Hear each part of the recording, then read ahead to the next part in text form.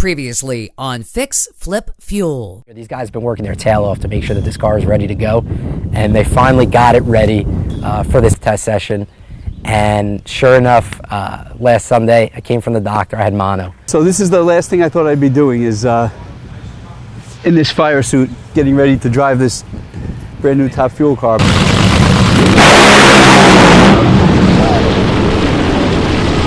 When we first bought this house was a wreck, man. It was bad. Obviously, this whole thing needs to be gutted. The main thing is to be able to spend your money the right way. I have to be honest, and Justin might not like to hear this, but I never thought Justin would be a good driver. I just didn't. I thought my daughter was the one with the driving skills, I'll be honest with you.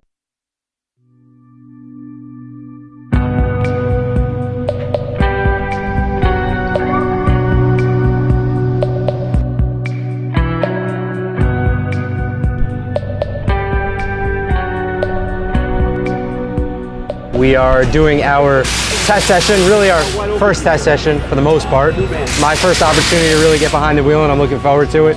We spent a lot of time last night, getting the seat right, getting me fitted in the car, and these guys are working hard, man. At this point, it's been a few months, we're getting kind of antsy. We're ready to go and kind of just get things started, and the more runs we make, the more data we'll get, and we'll be able to move forward from there, but we're just looking forward to the opportunity to kind of get better.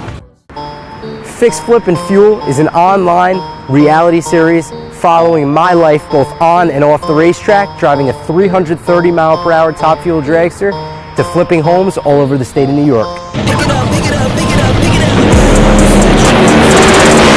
My car in the giddy up.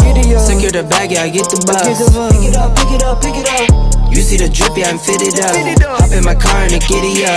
Secure the bag, yeah, I get the bus. Pick it up, pick it up, pick it up, pick it up. Ooh, I've been on the flex since flex on. Neighborhood all in your eardrums. I ain't never scared like Bone Crush. Boy, I got God, don't fear none. My line busy, take no calls. Feels like I don't have no flaws. Snakes in the grass, cut those off. Yo, squad shady, my bros raw. No breaks, we go, go, go, go, go. Throw shade, that's a no, no, no.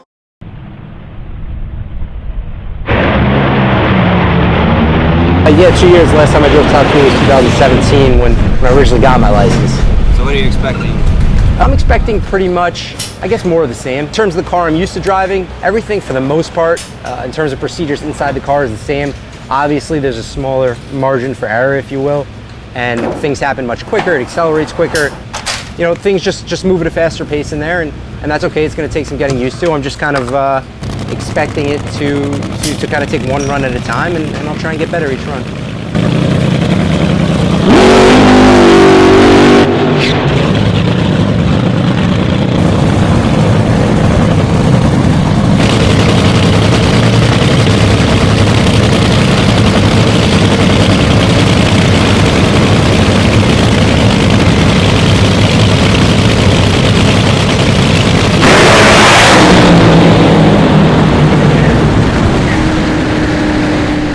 Happened is the front main seal leaks, and it's not something you can run the car with it.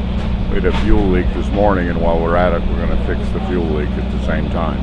It's not just a fitting or a broken, it's a broken manifold that's custom made, and fortunately the Foresters loaned us one to run so we can finish our testing. So it'll all be all right, but it's very frustrating when you work so hard and a little thing like that spoils it. But it's the safety of Justin is the most critical part, so whatever it takes, we've got to do it. If we lose a day of testing, it's our own fault.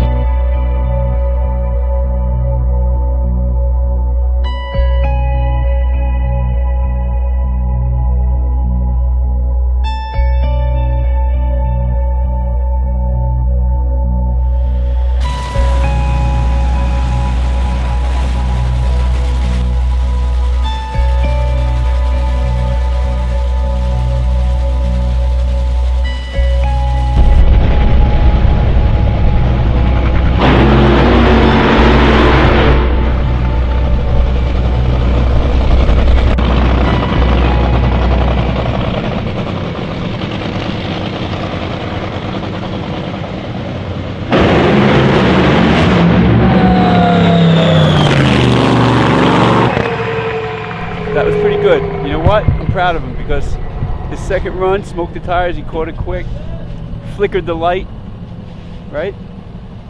Threw him off a little bit, but he still had an 070, so that's good. It was a good Overall experience. experience. Each lap, I want to try and get better with each lap, and I knew that eventually it's going to smoke tires, it's going to shake the tires, so it's good for me to kind of get an idea of what it feels like, and now I know for next time, so it's data each time and keep learning. 8:24 60-foot time. 8:24. It's crazy. If you would have had the same splits as last time, it would have went like a low 70 or high 60. Yeah, it was moving. It felt like it was moving. It was moving.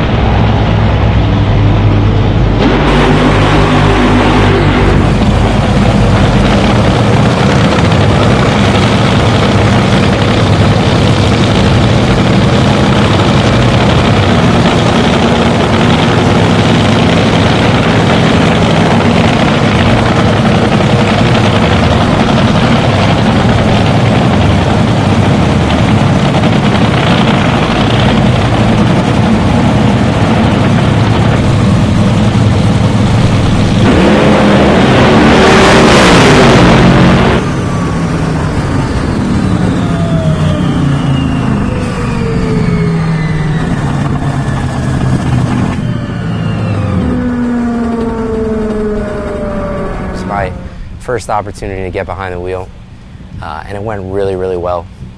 It was a good opportunity for me to kind of get used to the car and get comfortable, doing little things, doing procedural things in the car and just seeing how the car felt. And when we came back and looked at the numbers looked great. It looked like it was on a run that would put us somewhere from the mid 370s to the high 370s, which is really where we want to be right now. And I think it's a good starting point for us. We went back and compared some of the runs that people made this past weekend and compared their early numbers to our early numbers, and we were right there with them, if not better. All right, so we have this house in Lindenhurst, right? Split level, so we have all three levels of it. The only concern I have is that the basement, which ideally I'd like to finish, doesn't have the correct ceiling height. My name is Damian Welch. I'm property manager for Ashley Developers. My job is to make it happen. Ride with me if you ride with me, you can slide with me if you feel We basically renovate houses from soup to nuts. My job is to coordinate with the contractors, the workers, scheduling, ordering supplies, making sure the workers show up on time, construction, permitting, final inspections, plumbing inspections, electrical inspections. I pretty much take care of everything. Normally, I'll say like, all right, let's just do the roofing and siding first and at least get it watertight, because we know that this house is anything but watertight. But the only issue I'm having is, what do you think about like the roof rafters and inside? Do we have to do demo first? Nah, Justin and I get along, but he's very like, he's just, I don't know, perfect for some reason. He's very punctual, very organized, doesn't go for any bullshit, straight and narrow kid. He's the kind of kid you want your daughter to marry. To me, Damian means so much. He means a lot to me personally as an individual in our relationship outside of work. But in terms of what he handles in the company, it's really top to bottom.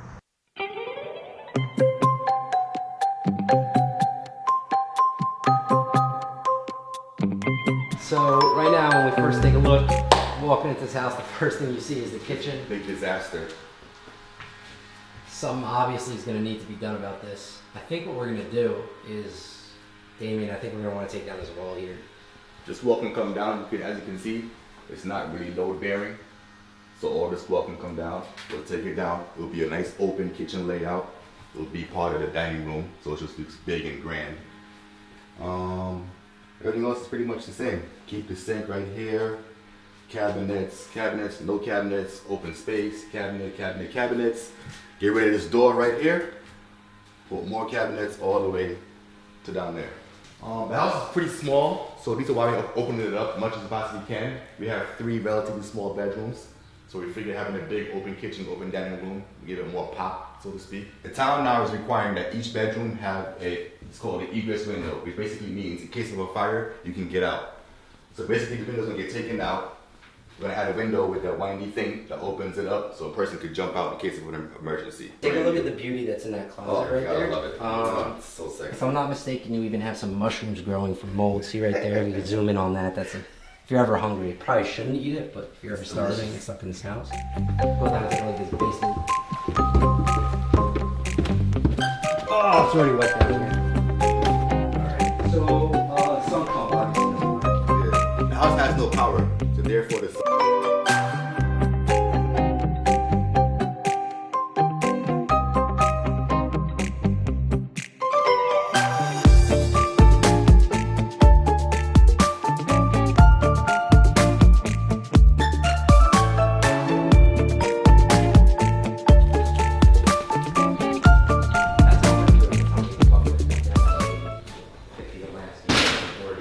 Hey, something just moved in here.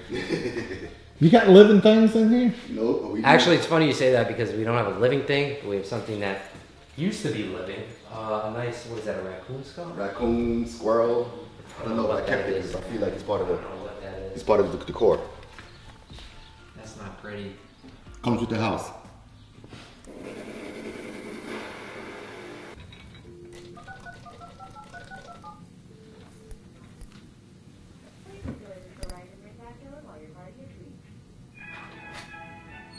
The prince is on the throne. He'll be in Parliament. What is the matter with you? There's definitely something wrong with you, for sure. Why?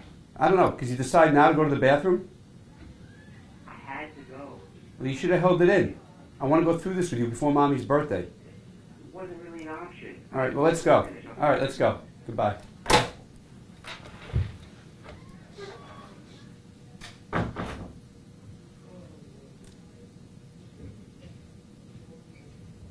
Now he decides to go to the bathroom.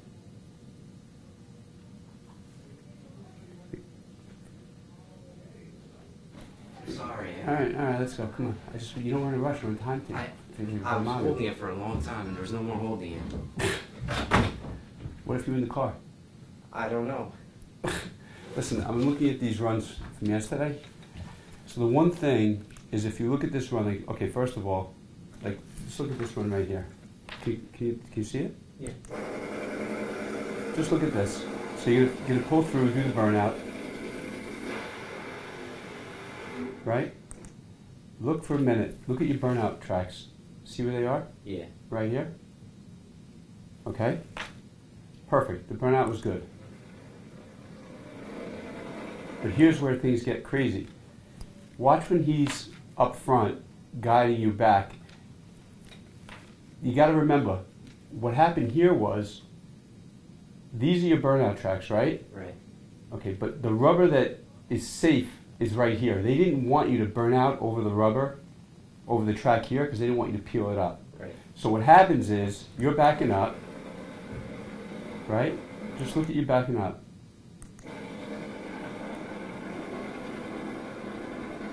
So far, so good. All of a sudden, look where you're going. You're over here. Right. You're over here. You're almost, what you're doing is you're going back into your own burnout tracks.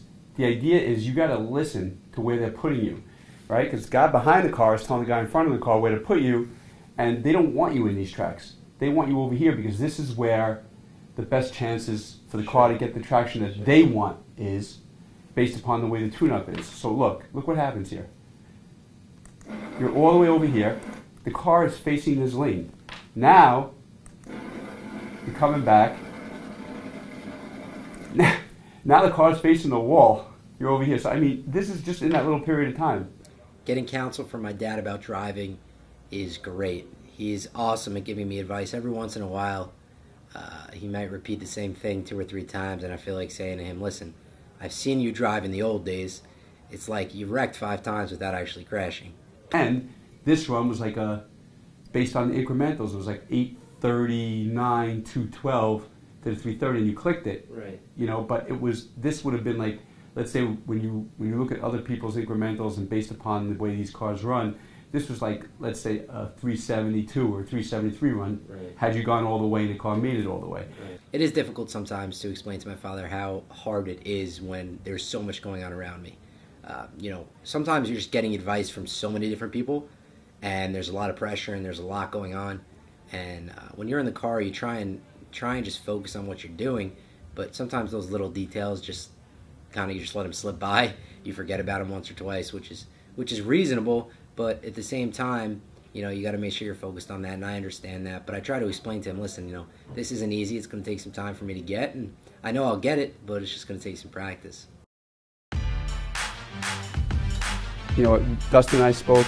I think everything went good. I think we definitely got to get another test session.